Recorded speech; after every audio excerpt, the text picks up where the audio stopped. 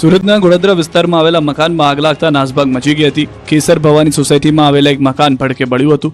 લોકો ડરી ગયા હતા, ઘરની બહાર નીકળી ગયા હતા। પાણીથી આગ પર કાબુ મેળવવાનો પ્રયાસ કર્યો હતો, પરંતુ આગે વિકરાળ સ્વરૂપ ધારણ કરતા ફાયર વિભાગને જાણ કરી હતી। ઘટનાની જાણ થતાં ફાયરની ટીમ ઘટના સ્થળે પહોંચી હતી અને ફાયર વિભાગે આગ પર પાણીનો મારો ચલાવીને આગને કાબૂમાં લીધી હતી। ઘટનામાં કોઈ જાનહાની થઈ નથી, પરંતુ શોર્ટ સર્કિટના કારણે આગ લાગી હોવાનું અનુમાન છે।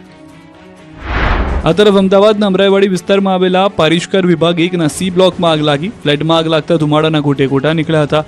દૂર દૂર સુધી ધુમાડા દેખાતા હતા। કોઈ કારણોસર આગ લાગતા ઘરમાં રહેતા લોકો જીવ બચાવવા માટે નીચે દોડી આવ્યા હતા।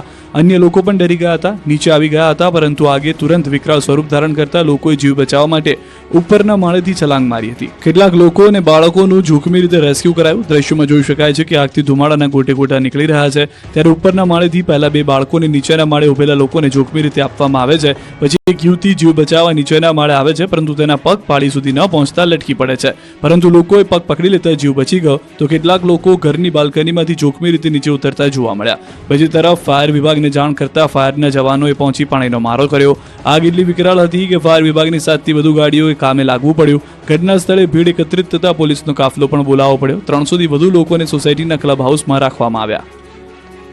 સ્ટીમ બાથ ઉપકરણમાં શોર્ટ સર્કિટથી બ્લાસ્ટ બાદ લક્ઝુરિયસ ફ્લેટ સળગ્યો। 8મા માળેથી લાગેલી આગ 11મા માળ સુધી ફેલાઈ।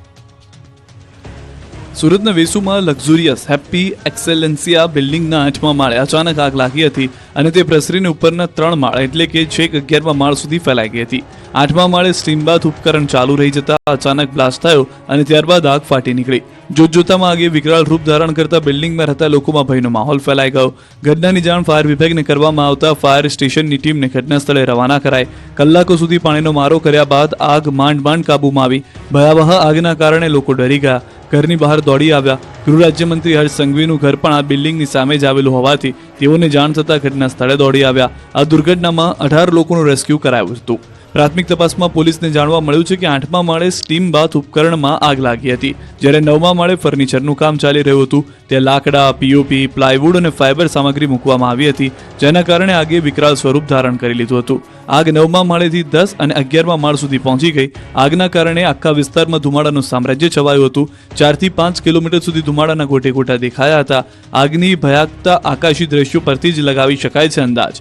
આગ એટલી ભયાવહ હતી કે કરોડો રૂપિયાના ફ્લેટ બળી ગયા, અંદરનો સામાન બળીને રાખ થઈ ગયો, અંદર કશું બચ્યું જ નથી। ઘરની દિવાલો અને બિલ્ડિંગ પણ કાળી થઈ ગઈ છે। સુરત પોલીસે ડ્રોન ઉડાડીને તપાસ શરૂ કરી હતી। ડ્રોન મારફતે આગની ઘટનાનો તાગ મેળવાયો।